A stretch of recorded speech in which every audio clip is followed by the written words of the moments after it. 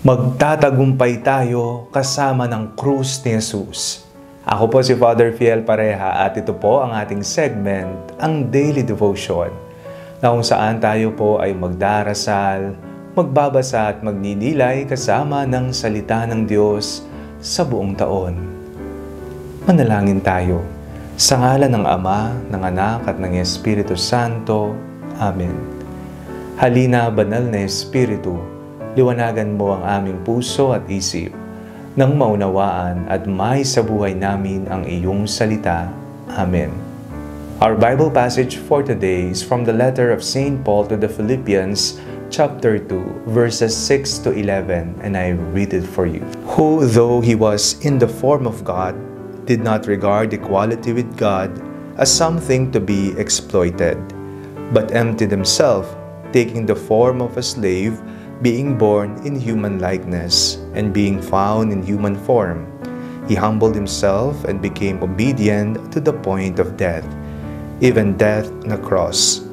Therefore, God also highly exalted him and gave him the name that is above every other name, so that at the name of Jesus, every knee should bend, in heaven and on earth and under the earth, and every tongue should confess that Jesus Christ is Lord, to the glory of God the Father. Talo, nalugi, malungkot.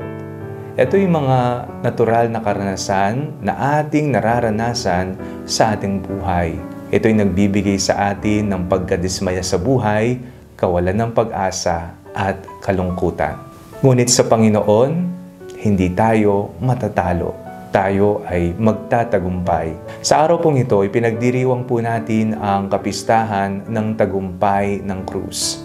Kung sa mata ng tao, talunan ang ating Panginoon sapagkat siya ay ipinabilang sa isang kriminal na ipinako sa krus, hinusgahan at hinatulan at pinatay, kaiba ito sa paningin ng Diyos. Sapagkat noong itinataas si Jesus sa krus, kasama niya tayong ibinangon.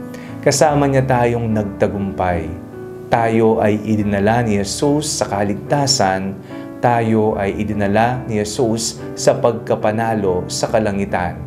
Sapagkat kanyang tinalo ang kadiliman at kasamaan sa pamamagitan ng pag-aalay niya sa kanyang sarili. Sa mga panahon na para bang nararamdaman nating talo tayo, sa mga panahon na tayo nagmumukmok at nag-iisa sa buhay, tandaan mo, tinalo na ni Jesus ang kalungkutan, tinalo na niya ang kamatayan at kadiliman. Tayo ay panalo sapagkat si Jesus ay nanalo sa pamamagitan ng kanyang krus. Manalangin tayo. Panginoong Jesucristo, salamat po sapagkat iniligtas niyo po kami mula sa kadiliman at kasalanan. Amen. Sa ngalan ng Ama, ng Anak at ng Espiritu Santo. Amen. Huwag po ninyong kalimutang i-like ang video ito, mag-comment po kayo and share it with your family and friends. Ang Panalangin Bago Matulog ay may sariling Facebook page na po. Huwag niyo pong kakalimutang mag-like at mag-follow dito, and do not forget to subscribe to our YouTube channel. I-click niyo lamang po ang link na nasa description ng video ito, o kaya naman po just search Father Fiel Pareha. God bless you po.